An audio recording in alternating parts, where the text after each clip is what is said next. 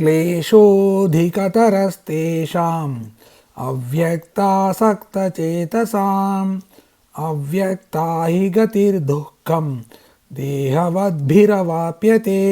ఈ శ్లోకంలో నిర్గుణోపాసన ఎంత కష్టమో వివరిస్తున్నాడు పరమాత్మ. ఎందుకంటే అది అవ్యక్తము, అంటే కంటికి కనబడదు. ఊహిద్దాము అంటే ఊహలకు అందదు. ఆలోచిద్దామంటే మనసుకు అందదు. మరి దేని గురించి ధ్యానం చేయాలి? అదే చాలా కష్టం అంటున్నాడు పరమాత్మ. ముఖ్యంగా ఈ దేహమే నేను, నేనే ఈ దేహము అనే దేహాభిమానము కలవారు, అహంకారము కలవారికి నిర్గుణోపాసన చాలా కష్టము. ఎందుకంటే నిర్గుణోపాసనకు దేహాభిమానానికి పొసగదు. ఏ ఆకారము మనసులో నిలపకుండా ధ్యానంలో కూర్చుంటే ఈ దేహము, ఈ దేహంతో చేసే పనులు, ఈ దేహంతో ఇతర దేహములతో ఉన్న అనుబంధము, ఆసక్తి అన్నీ గుర్తుకు వస్తాయి. కాబట్టి దేహాభిమానం కలవాడు నిర్గుణోపాసన చేస్తే దాని వలన సుఖం లభించకపోగా అంతులేని దుఃఖం లభిస్తుంది. కాబట్టి దేహాభిమానం కలవాడికి నిర్గుణోపాసన సాధ్యం కాదు. కాబట్టి నిర్గుణోపాసన చేయాలంటే దేహాభిమానం ఉండకూడదు, ప్రాపంచిక విషయముల మీద ఆసక్తి ఉండకూడదు. దేహాభిమానం కలిగి ఉండి ఇంద్రియ నిగ్రహము, మనోనిగ్రహము లేని వారికి నిర్గుణోపాసన సాధ్యం కాదు. అందుకే ప్రారంభంలోని నిర్గుణోపాసనతో మొదలెట్టకుండా ముందు సగుణోపాసన చేస్తూ దేహాభిమానమును, అహంకారమును, అసూయ, ద్వేషములను క్రమక్రమంగా విడిచిపెట్టాలి. అప్పుడే నిర్గుణోపాసన సాధ్యమవుతుంది. ఆ కారణం చేత మొట్టమొదట ప్రతివాడు సగుణోపాసనతో ప్రారంభించాలి. అందుకే మనకు దేవాలయ వ్యవస్థను ఏర్పాటు చేశారు.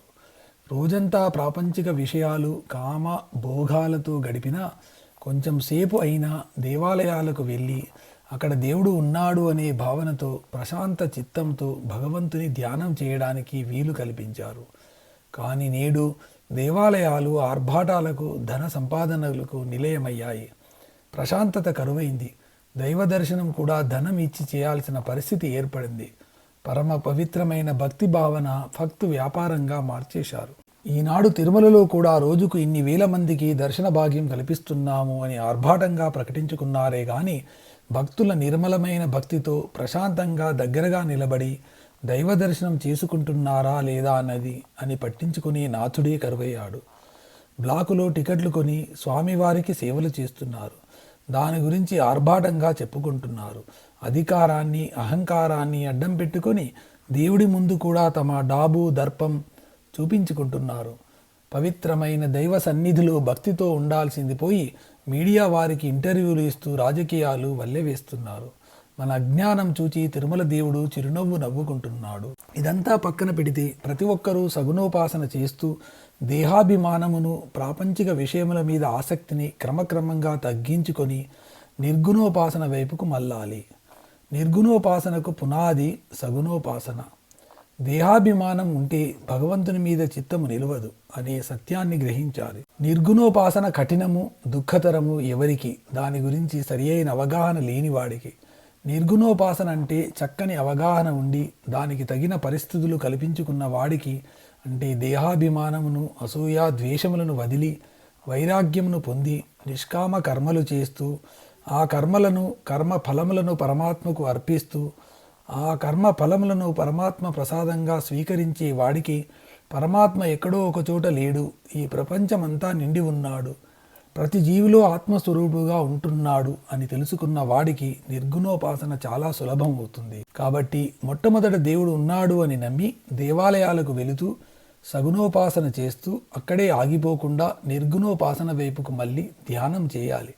మంచి గురువును ఆశ్రయించి వారి వద్ద శాస్త్ర అధ్యయనము చేసి జ్ఞానము సంపాదించి చివరకు మోక్షం పొందాలి. అంతేకాని మొట్టమొదటినే నిర్గుణోపాసనాన్ని మొదలుపెట్టి దుఃఖాల పాలవకూడదు అని కృష్ణ పరమాత్మ బోధించాడు. ఏతు సర్వాణి కర్మాణి మయి సన్యస్య మత్పరాః అనన్యేనైవ యోగేన మాం ధ్యాయంత ఉపాసతే తేషామహం సముద్ధర్త మృత్యు సంసార సాగరాత్ భవామి నచిరాత్ పార్థ మయ్యావేషిత చేతసాం. ఎవరైతే సమస్త కర్మలను నాయందు ఉంచి నన్నే పరమగతిగా భావిస్తారో, ఏకాగ్రమైన మనసుతో నన్ను ధ్యానిస్తారో, నాయందే తమ చిత్తములను లగ్నం చేస్తారో, ఈ యోగము తప్ప మరే ఇతర యోగములను అనుష్ఠించరో, ఎల్లప్పుడూ నా గురించి చింతిస్తూ నన్ను ఉపాసిస్తారో, అటువంటి వారిని నేను ఈ మృత్యుతో సమానమైన ఈ సంసారము అనే సముద్రము నుండి అతి త్వరలో ఉద్ధరిస్తాను, బయటపడేస్తాను, ఏమాత్రము ఆలస్యము చెయ్యను. ఈ 2 శ్లోకములలో పరమాత్మ మృత్యువుతో సమానమైన సంసార సాగరం గురించి, దాని నుండి ఉద్ధరింపబడే మార్గం గురించి వివరించాడు. సంసారము అంటే మృత్యువుతో సమానం. సంసారం ఒక సముద్రం వంటిది. దారి తెన్ను తెలియదు. ఎంత ఈదినా ఒడ్డు చేరలేము. అటువంటి సంసారం అనే సాగరంలో పడి దిక్కుతోచని వారిని నేను ఉద్ధరిస్తాను అని అంటున్నాడు పరమాత్మ. దానికి మనం చేయాల్సిన పనులు కూడా వివరించాడు. మానవుడు చేసే అన్ని కర్మలు నాకే అర్పించమన్నాడు. వాటితో ఏ సంబంధము పెట్టుకోవద్దు అని అన్నాడు. నేను తప్ప మరొక మార్గము లేదు అని భావించమన్నాడు. అనన్యమైన భక్తి కలిగి ఉండాలన్నాడు. ఏకాగ్రమైన చిత్తంతో నన్ను ఉపాసించాలి అని అన్నాడు. నీ మనసును ఆత్మలో చక్కగా ప్రతిష్ఠించమన్నాడు. ఇలా చేస్తే ఈ సంసారం గురించి ఏమాత్రమూ భయపడనక్కర్లేదు. ఆ సంసార సాగరము నుండి నేను ఉద్ధరిస్తాను అని హామీ ఇస్తున్నాడు. ఈ సౌలభ్యం ఏదో ఒక ఉన్నత కులంలో పుట్టిన వారికి అని రిజర్వేషన్లు పెట్టలేదు. ఏతు అంటే పరమాత్మను ఆశ్రయించిన అందరికీ కుల మత ప్రాంత భేదం లేకుండా, స్త్రీ పురుష ధనిక భేదం లేకుండా, పండితుడు పామరుడు అనే తేడా లేకుండా అందరికీ అందుబాటులో ఉంది అని అంటున్నాడు పరమాత్మ. సర్వాణి కర్మాని అంటే ఏదో 1-2 కర్మలు కాకుండా తాను చేసే సమస్త కర్మలను కృష్ణార్పణం అంటూ పరమాత్మకు సమర్పించాలి. అంటే కర్తృత్వ భావన లేకుండా, నేనే ఇదంతా చేస్తున్నాను అనే అహంభావం లేకుండా కర్మలు చేయాలి. అంటే దీని అర్థము చేయాల్సిన విధవ పనులన్నీ చేసి చివరికి కృష్ణార్పణం అంటే సరిపోదు. ఏ కర్మ అయినా చేసే ముందు చక్కగా ఆలోచించి చేయాలి. ఇది ధర్మసమ్మతమా, న్యాయసమ్మతమా, ఇది నాకు తగినదా లేదా, ఈ కర్మ వలన ఇతరులకు ఏమైనా హాని కలుగుతుందా, నష్టం కలుగుతుందా, ఇవన్నీ ఆలోచించిన తర్వాతనే కర్మ చేయాలి. ఆ కర్మలకు ఏ ఫలితం వచ్చినా అది భగవంతుని ప్రసాదంగా స్వీకరించాలి. అనన్యే నైవ యోగేన అంటే ఇదేదో కొత్త యోగము అని కాదు. రోజుకో దేవుడు చొప్పున తాము కోరుకునే కోరికలను బట్టి దేవుళ్లను మార్చకుండా ఏదో ఒక దేవుడిని పరమాత్మ స్వరూపంగా భావించి నిష్కామంగా భక్తి శ్రద్ధలతో ఉపాసించాలి. మయ్యావేషిత చేతసాం అంటే నీ మనసును సదా నాయందు లగ్నం చెయ్యి.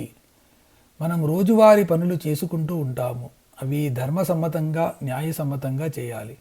ఆ పనులు చేసేటప్పుడు కూడా మనసును నాయందు లగ్నం చేయాలి అని అంటున్నాడు పరమాత్మ. ఎందుకంటే ప్రపంచంలో సంచరించేటప్పుడు, కర్మలు చేసేటప్పుడు లోభం కానీ మోహం కానీ నిన్ను అంటకుండా ఉండేందుకు ఎల్లప్పుడూ నన్నే ధ్యానిస్తూ నాయందు మనసు లగ్నం చేయాలి. మాం ధ్యాయంత ఉపాసతే అంటే నన్నే ధ్యానిస్తూ ఉపాసించాలి.